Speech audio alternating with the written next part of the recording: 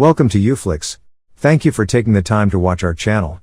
Today YouFlix will summarize the film entitled You know why you clicked this video. The protagonist of the movie is Ben, a baby-faced 25-year-old guy who is always kind and gentle to others. One would assume that he is the ideal friend, but things are the exact opposite. Ben is not exactly a serial killer, but he has the ability to freeze time and do whatever he wants. Of course, he uses this to strip women and perform his favorite activity, painting. Whether it be on the road, the supermarket, or even the movies, Ben freezes hot girls and makes their nude portraits. It wasn't always like this though. Ben was a normal guy, just like all of us. He had a caring girlfriend and a promising future, and he just dreamt about painting naked women. Following this, the movie flashes back to 5 weeks earlier, where it all went wrong. Ben is seen having an argument with his girlfriend, Susie, who calls him a loser. Having had enough, he breaks up with her, and this enrages Susie even more. She starts throwing objects at him, and at this moment, everything turns into slow motion for Ben. In the aftermath of the breakup, Susie quickly moves on and finds solace in another guy. Ben notices them together in the college cafeteria and becomes distraught. Hence, to distract himself, he joins art classes. Since Ben has been interested in making portraits ever since he was a child, he effortlessly makes beautiful paintings, which surprises even the teacher. Ben specializes in making ultra-realistic human portraits. They say that Ben is the best at painting dong in all the land. However, at night, things become extremely tough for him. Ben cannot seem to get over his breakup, as every time he closes his eyes, he sees Susie. Days pass, and he eventually becomes an insomniac. Now, Ben cannot fall asleep for even an hour. The memories of his ex-girlfriend are slowly turning him into a depressed maniac. Overwhelmed by regret and suffering, Ben finally gives Susie a call and pleads with her to come back. He also apologizes for turning their relationship into a mess, promising to never do it again. But despite Ben stooping so low for her, Susie refuses his request and hangs up the call. This sends Ben spiraling into an even deeper abyss of despair. If only he could just freeze time and look at boobs. Over the course of the next few days, he tries his best to pass the time. Ben reads books, watches movies, and even goes on solo trips to other cities. However, when night falls, the insomnia kicks in, making it harder for him to concentrate on anything else. So, he starts going on random tours in the dark as well. One night, he heads to a local supermarket where he notices a job vacancy announcement for a night shift guy. Ben thinks that this is the perfect opportunity to pass the time and earn some money, so he immediately applies for the job. The following day, he scores an interview with the manager, Jenkins, and eventually lands the job. Ben is finally happy after a long time, and he has a gut feeling that his life is about to change. As Ben becomes accustomed to his new job, he notes how each of his coworkers handles the art of passing the time differently. The cashier, Sharon Pont, has the most unique style. She makes sure to always hide the clock with various objects. She believes that the time will pass slowly if she looks at it. Then there's a mischievous guy called Barry Brickman, who is never serious at work. Along with his equally cunning friend Matt Stevens, he plays different pranks on the female customers, like slipping an adult toy in their bags. Nothing passes the time like going to jail. Some of the customers are perplexed when they find it, however, some of them decide to keep it.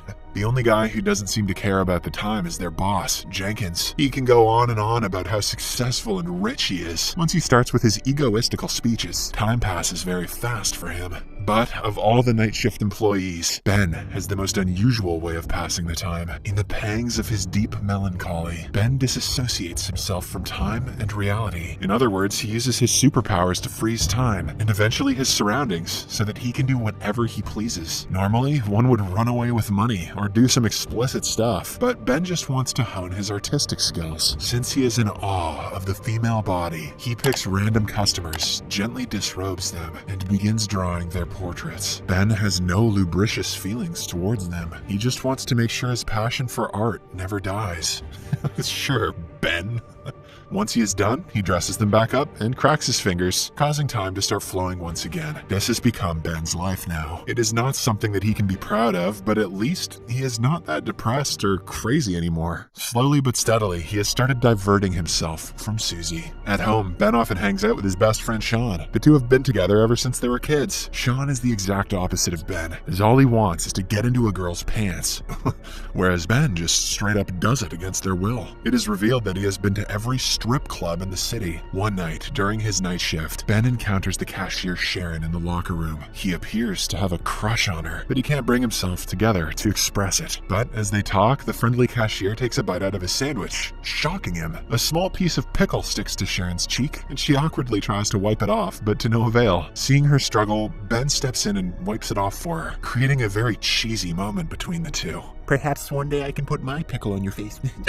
That's not what I came out wrong. After a while, Sharon decides to leave and heads towards the door. Ben wants to freeze the moment and live in it for a week. But by the time he comes to his senses, Sharon is already gone. After a while, as he is going about his work, Matt suddenly pops up from one of the stalls and reveals that he is going to the movies with Sharon. This devastates Ben, and he wonders why he is so unlucky. He then recalls his school days where he fell in love for the first time. She was the smartest girl in the class, whom everyone used to like. One day, she got into an accident and sprained her arm, because of which she had to wear a heavy cast. Every day, her classmates used to write encouraging stuff on it to make her feel better. Ben also wanted to write something, but he was too nervous to even get near her. Unfortunately, his reluctance cost him the opportunity, as a few days later, the girl removed her cast. Everyone was happy to see her all recovered, but when they noticed that she had grown some hair on that arm, they started making fun of her. The girl eventually starts crying, and this is when Ben decides to swoop in. He takes her to a corner and consoles her, saying he will be there with her no matter what. Soon the two become good friends and eventually lovers. One day, the girl suddenly approaches Ben and inquires if he wants to kiss her. Without thinking twice, he says yes, and the two agree to meet at their favorite spot on the weekend. Ben is elated that he is going to kiss a girl for the first time. He loses his sleep for the next few days, and when the weekend finally comes, he arrives at the spot early. He waits for the entire day, but the girl doesn't arrive, breaking his heart. The following day at school, Ben finally learns that the girl has been relocated to another city with her parents. This is the first time he felt helpless and depressed. Back in the present, Jenkins gathers all his employees and tells them that they are going to play a friendly football match with his friends. Ben and the others don't want to play, but they have no other choice. During the match, the supermarket team loses heavily, as it is clear that none of them knows how to play. The opposition team ramps up the score with goal after goal, making it 26-0. When Ben has had enough, he freezes the time and heads to the locker room to relax. Suddenly, a guy unfreezes himself and runs out. This reveals that Ben is not the only person who has acquired this ability. After a while, he heads out and snaps his fingers, allowing time to revert back to its original form. In the heat of the moment, Matt kicks the ball so aimlessly that it ends up hitting Jenkins in the face. He is immediately rushed to the hospital, and all the other teammates go home, leaving Ben and Sharon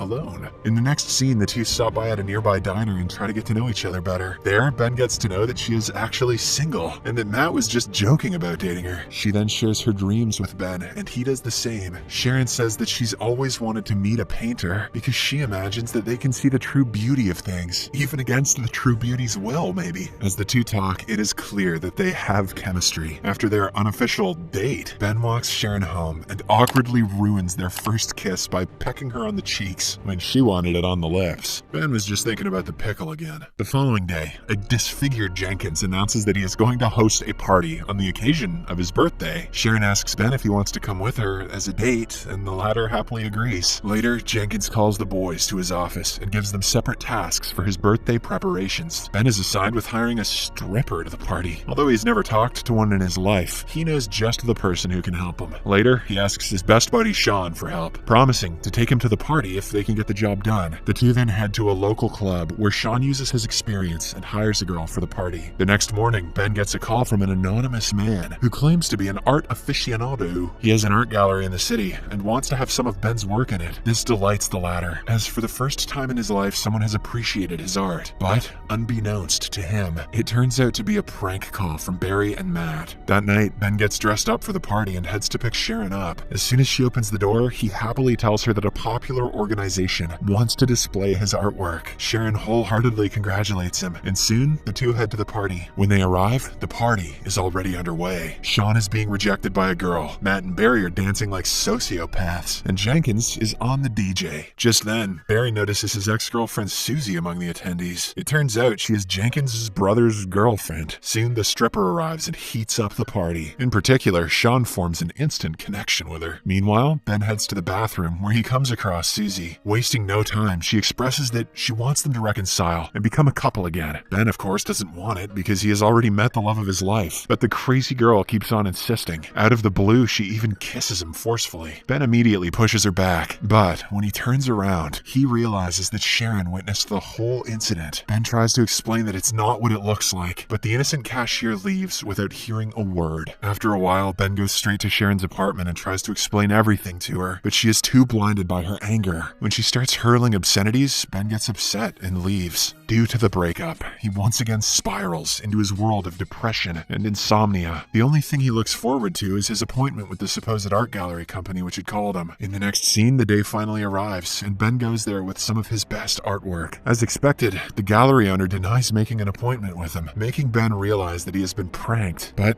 just as he is about to leave, the owner notices some of his sketches of Sharon and asks to have a look. Unsurprisingly, he likes them, and Ben is offered a night to display his work in the gallery. A few days later, Sharon receives an official invitation to Ben's art display. Although she is angry with him, she still decides to visit the gallery. When Sharon arrives there, she is taken aback to see that the artwork there is about her. It turns out Ben stopped making portraits of other women, and he used all of his time on Sharon. She was the love of his life, and he could not stare at any other woman other than her. But how does he know exactly what my nipples are shaped like? Meanwhile, Sharon and Ben finally meet. The latter tries to explain what happened on the party night, but Sharon says that he doesn't have to. She has now realized how much he loves her just by looking at his paintings. With this, the two get closer and share a romantic kiss right in the middle of the art gallery room. In the final scene, Ben uses his powers and freezes everything. However, this time, even Sharon can move in the frozen world. The two then go out into the snow, where millions of snowflakes are suspended in the air. At last, the lovebirds kiss once more, hence ending the movie on a happy note.